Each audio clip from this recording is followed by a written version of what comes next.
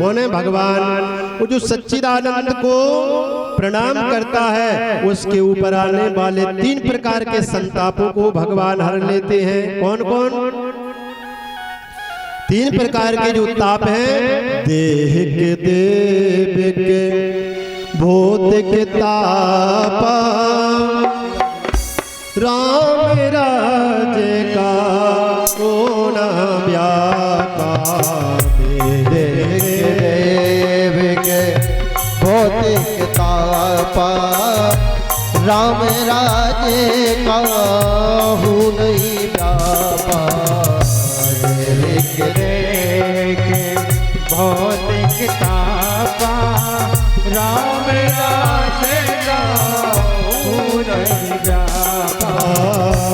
राम सिया रामा, राम सिया रामा, राम सिया रामा, राम सिया रामा। श्री राम जय राम, जय जय राम, जय जय राम। श्री राम जय राम, जय जय राम।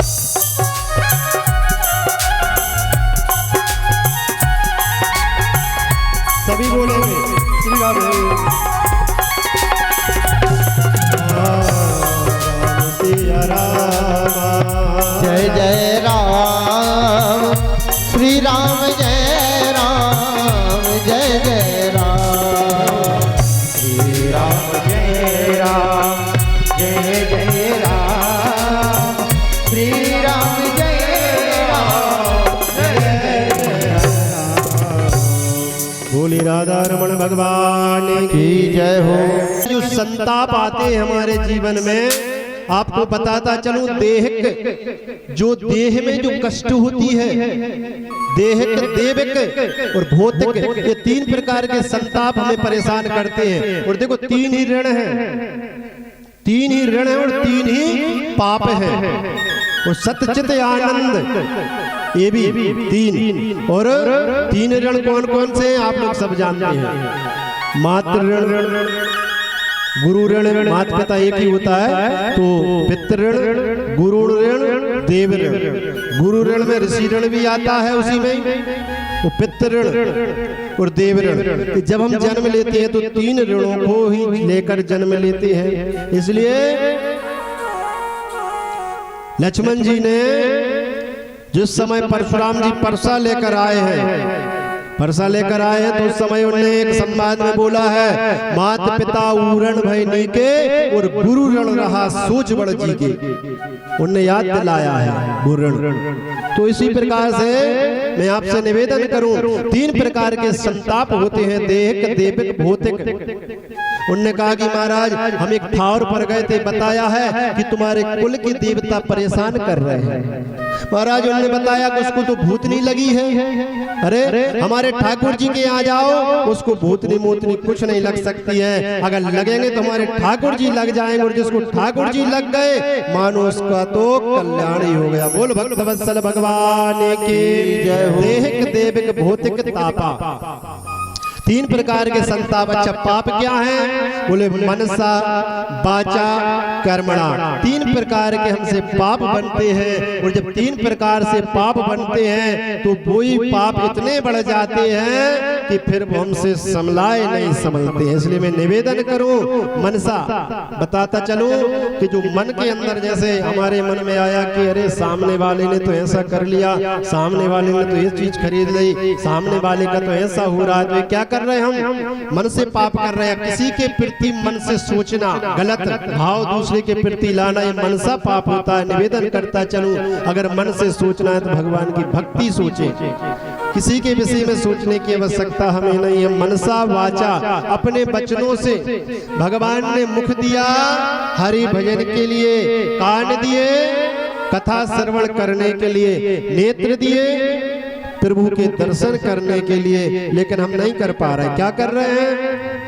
आंखों से गलत दृश्य देख रहे हैं, कानों से गलत चीजें श्रवण कर रहे हैं, नेत्रों से हम गलत चीजों को देख रहे हैं। जब ये चीजें हम देखेंगे तो हमारे अंदर विकार चले जाएंगे, और जब विकार जाएंगे हमारे अंदर विकार जब गलत जाएंगे तो हमारा रक्त भी गलत बनेगा, और जब रक्त हमारा गलत बनेगा, विचार गलत बनेंगे तो हम काम भी गलत करने लगेंगे। उदाहरण के लिए आप एक व्यक्ति के लिए किसी उसके पास बिठा दो तो धीरे धीरे धीरे 2-4-8 दिन में वो समझने लगेगा कि इक्का कौन होता है और पंजा कौन होता है, जानने लगेगा ऑटोमेटिक। ये परिभाषा है, ये प्रकृति का आदान प्रदान का नियम है। तो मैं निवेदन करूं, सत्य चित आनंद भगवान का चिंतन करने वाले के इस तीनों प्रकार के संतापों को ठाकुर जी हर लेते हैं और भगवान की भक्ति को प्राप्त हो जाता है। तन दुखी फिर ना धन दुखी, और ना वह धन बिन रहता उदास, और जीवन पर्यांत बन जाता है वो प्रभु का दास। इसलिए भगवान का चिंतन हमारे जीवन में होना चाहिए। अच्छा, हम कहेंगे भैया हम तो बहुत गरीब हैं, हम पास तो कुछ नहीं है, हमारे पास कोई व्यवस्था नहीं है। तो गरीब कौन है? बोले गरीब वो है जिसके पास राम नाम का धन नहीं है। क्यों? कबीरा जो जग निर्धना और धनवत्ता नहीं कोई, और धनवत्ता सुई जानिए जागो राम नाम धन होई। अगर मकान आपने बनाया है, ईंट रोड़ा उसमें सही से नहीं लगाया, नियम से नहीं लगाया, तो इंजीनियर आके कहता है कि ये दीवार कभी भी चटक सकती है, छत कभी भी गिर सकती है। तो इस जीवन में राम नाम रूपी रोड़ा ईंट सही से जमा लो।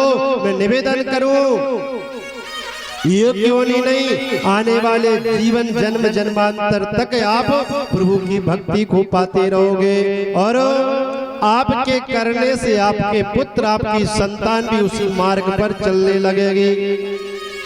और भगवान का ही सच्चा सहारा इस जीवन में है, और सच्चा धनी भी वही है। ये धन तो दुनिया का है, ये नासवान है, इस धन को हम धन नहीं मानते हैं। अगर हम कहें कि हमारे पास 7 ट्रैक्टर चल रहे हैं, वो आपके नहीं है।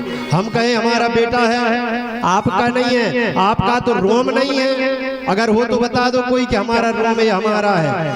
कंगा लगाएंगे पता पड़ा गिर गया वो।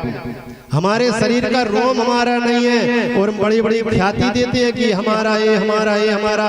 हमारा कुछ नहीं, अगर हमारा कुछ है तो प्रभु है सच्चा, और कोई नहीं इस दुनिया में। इसलिए मैं निवेदन करूं, जब जीवन में समय मिले प्रभु की भक्ति करते रहना चाहिए। आइए अब हम उस पावन पुनीत क्षेत्र की ओर प्रस्थान करें,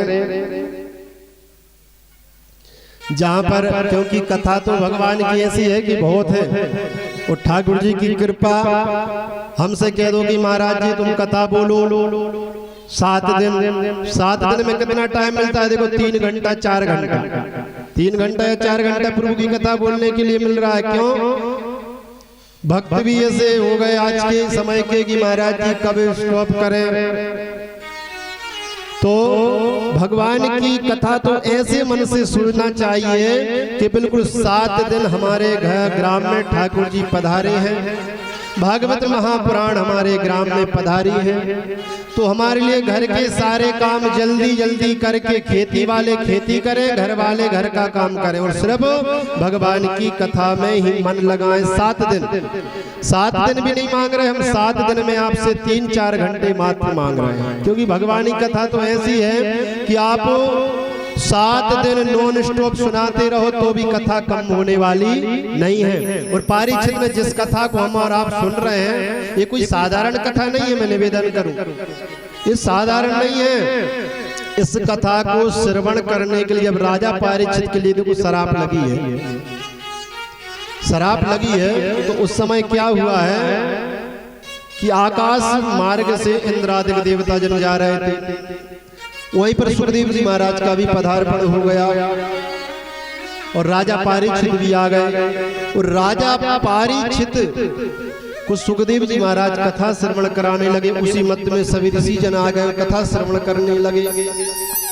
तो ये जो इंद्रादिक हैं उनको पता पड़ गया कि राजा पारीक्षित को कथा श्रवण कराई जा रही है। तो इंद्रादिक ने क्या किया, एक अमृत का कलश लिया, कलश लेकर आ गए, बोले महाराज जी सुखदेव जी आप एक काम करो, ये जो कलश है इसमें अमृत भरा हुआ है और परीक्षित को शराब लगी, आप तो ये अमृत पिला दो।